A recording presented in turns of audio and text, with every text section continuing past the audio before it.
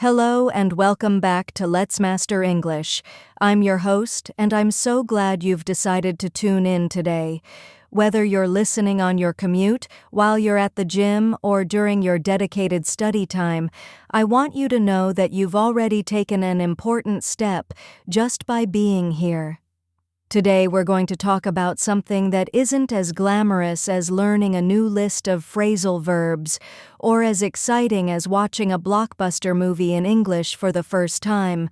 But I promise you, it's the single most important ingredient in your journey to fluency. We're talking about discipline. Now I know what some of you might be thinking. Discipline? That sounds so strict and boring. I want learning English to be fun.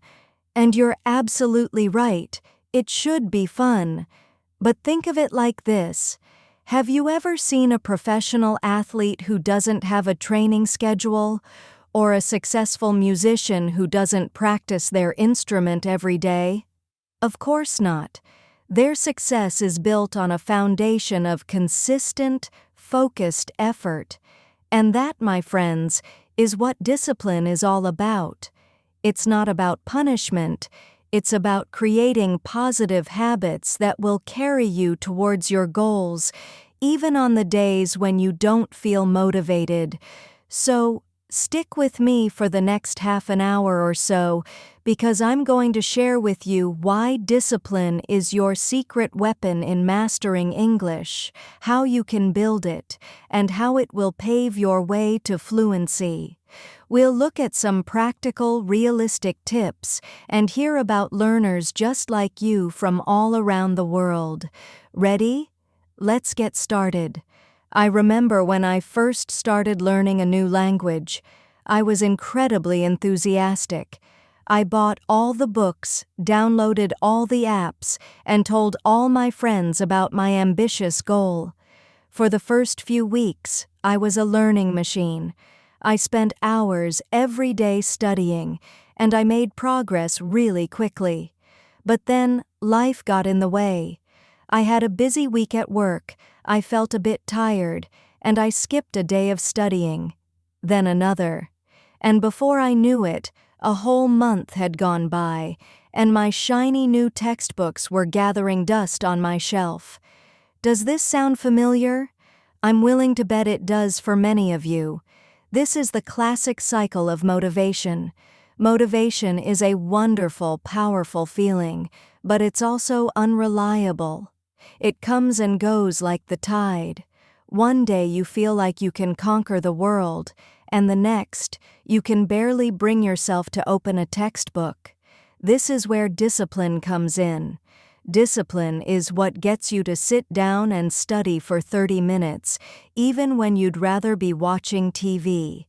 It's the quiet voice that reminds you of your long-term goals when your short-term desires are screaming for attention.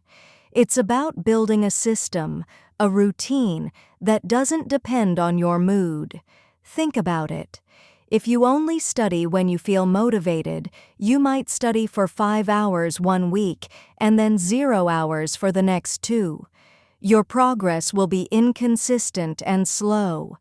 But if you have the discipline to study for just 30 minutes every single day, by the end of the month you will have studied for over 15 hours. That's 15 hours of consistent, steady progress. This consistency is what builds momentum and leads to real, lasting improvement. Discipline also helps to reduce the mental effort of studying. When you have a set time and place for your English practice, you don't have to waste energy deciding if you're going to study or when or how. You just do it. It becomes a habit, like brushing your teeth. This frees up your mental energy to focus on what really matters, learning the language. I've seen this time and time again with English learners all over the world. I think of a student I once knew, let's call her Maria, from Brazil. Maria worked a full-time job and had 2 young children. She had very little free time, and her motivation was often low after a long day. But she was disciplined, Every morning she woke up 45 minutes before her children to study English. It wasn't always easy, and she was often tired, but she stuck to her routine, day in and day out. After a year, her progress was phenomenal. She went from a B1 level to a strong B2, and she felt confident enough to apply for a promotion at her job that required her to communicate in English. Maria's story isn't one of genius or special talent. It's a story of incredible discipline. Okay, so hopefully I've convinced you that discipline is important. But how do you actually develop it? It's not like you can just flip a switch and become a disciplined person overnight. It's a skill, and like any skill, it needs to be practiced.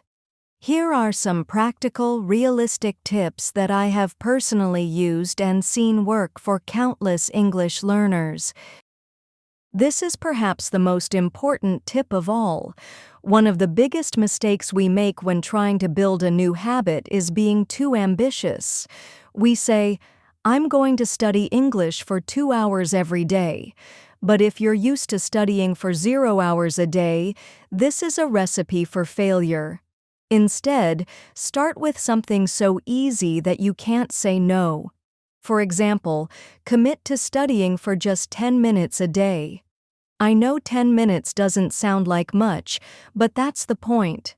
It's easy to achieve, and it helps you to build the habit of showing up every day. Once you've consistently studied for 10 minutes a day for a few weeks, you can gradually increase the time. Maybe you'll go up to 15 minutes, then 20, and so on. The key is to build momentum and a sense of accomplishment. I have a friend in Japan, Kenji, who wanted to improve his English listening skills. He decided to listen to a 5-minute English podcast every morning while he was making his coffee. It was a small, simple goal, but he did it every single day. Within a few months, he found that he could understand much more, and he was motivated to start listening to longer podcasts.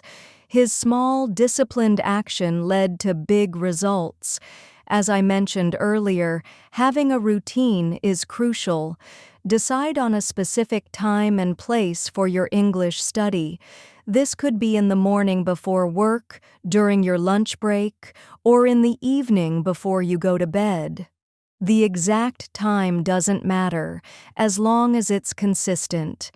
Try to create a ritual around your study time. For example, you could make a cup of tea, put on some calming music, and clear your desk before you start. This signals to your brain that it's time to focus, and most importantly, protect this time. Treat your study sessions like important appointments that you cannot cancel. Let your family and friends know about your routine and ask them to respect it. On the days when your discipline wavers, it's important to have a strong reason to keep going. What is your motivation for learning English? Do you want to travel the world, get a better job, connect with people from other cultures, understand your favorite songs and movies? Whatever your reason is, write it down and put it somewhere you can see it every day. This could be on a sticky note on your computer, on your bathroom mirror, or as the wallpaper on your phone.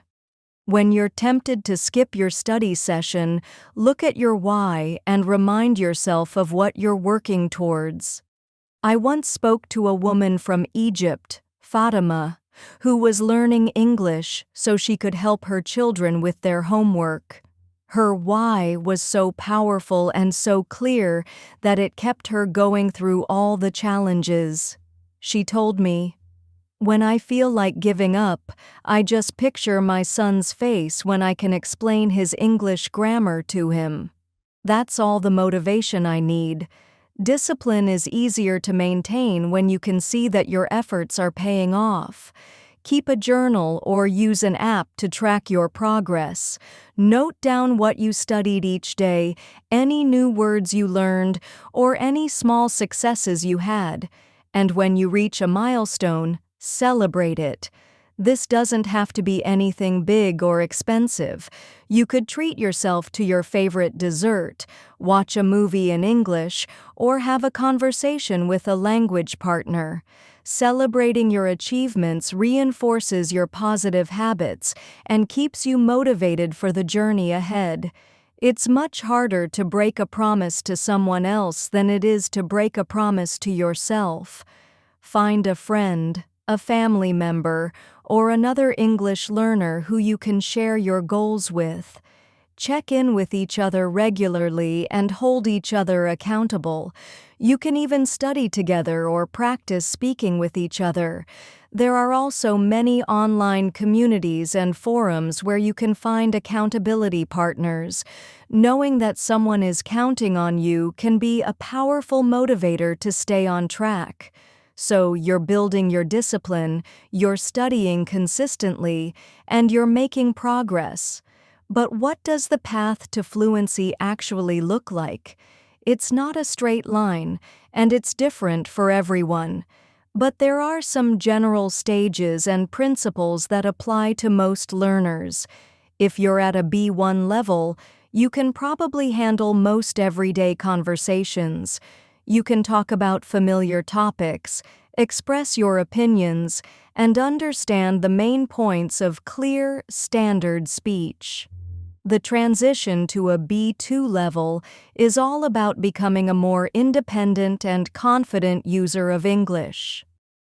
At the B2 level, you can understand the main ideas of complex texts on both concrete and abstract topics. You can interact with a degree of fluency and spontaneity, one that makes regular interaction with native speakers quite possible without strain for either party. To make this jump, you need to focus on expanding your vocabulary and your understanding of grammar. But more importantly, you need to start using the language in more complex and demanding situations. This is where your discipline really comes into play. You need to consistently push yourself out of your comfort zone. Here are some disciplined practices to help you move from B1 to B2. Read widely. Don't just stick to graded readers. Start reading authentic materials like news articles, blog posts, and short stories. It will be challenging at first, but your disciplined effort will pay off. Listen actively. Move beyond podcasts for learners and start listening to content made for native speakers. This could be podcasts on topics you're interested in, TED Talks, or even the news. Don't worry if you don't understand everything. The goal is to get used to the natural speed and rhythm of spoken English. Write regularly. Keep a journal in English. Write short stories or participate in online forums. Writing forces you to actively use the vocabulary and grammar you're learning. Speak, speak, speak. This is often the most challenging part, but it's also the most important. Find opportunities to speak English every day, even if it's just for a few minutes. You can talk to yourself, find a language exchange partner online, or join a conversation club. Once you reach a B2 level, you have a strong foundation in English. The journey to C1 and C2, and what many people would call fluency, is about refining your skills and becoming a more nuanced and sophisticated user of the language. This stage is less about learning new grammar rules and more about understanding the subtleties of the language. It's about learning idiomatic expressions, understanding cultural references, and being able to express yourself with precision and style. The discipline required at this stage is a bit different. It's not just about showing up to study every day. It's about actively engaging with the language on a deeper level. It's about curiosity and a willingness to constantly learn and improve. Think of a chef. A good chef can follow a recipe and make a delicious meal. That's like a B2 level. But a great chef, a master chef, understands the ingredients so well that they can create their own recipes. They can experiment with flavors and textures to create something truly unique. That's the level of fluency you're aiming for. So, how do you do this? Immerse yourself. Surround yourself with English as much as possible. Change the language on your phone and your computer to English. Watch English movies without subtitles. Listen to English music and podcasts.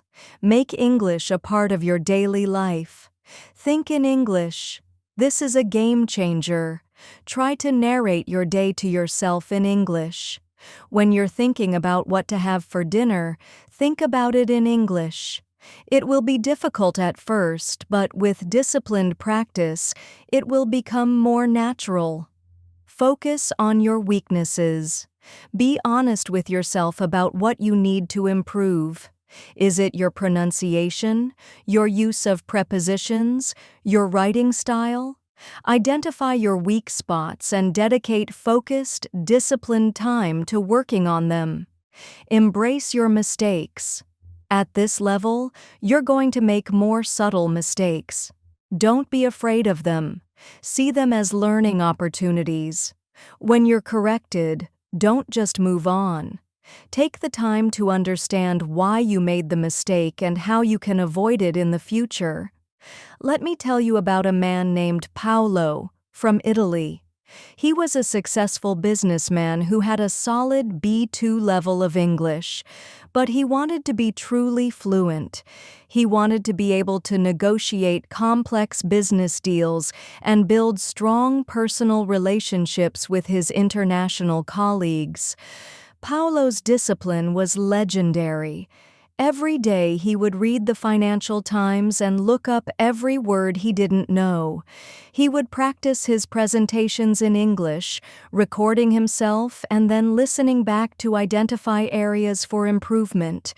He hired a language coach to help him with his pronunciation and intonation. It was a long and challenging process, but after a couple of years of this disciplined effort, Paolo's English was virtually indistinguishable from a native speaker's. He had achieved his goal, and it had transformed his career. So, there you have it. Discipline may not be the most exciting word in the English language, but I hope I've shown you that it is one of the most powerful. It's the engine that will drive you towards your goal of English fluency. Remember the key takeaways from today's episode. Discipline is more reliable than motivation. It's about building a system for success. Start small and be consistent. A little bit every day is much better than a lot once in a while. Create a routine and find your why. These will be your anchors on the days when you feel like giving up. Track your progress and celebrate your wins. This will keep you motivated and engaged. The path to fluency is a journey, not a destination. Embrace the process and be patient with yourself. I want you to leave this podcast today feeling empowered. I want you to know that you have what it takes to achieve your English learning goals. It doesn't matter where you're from, how old you are, or how much time you have. With a little bit of discipline, you can make incredible progress. So, my challenge to you this week is this. Choose one of the tips we talked about today and put it into practice. Just one. Maybe you'll commit to studying for 10 minutes every day.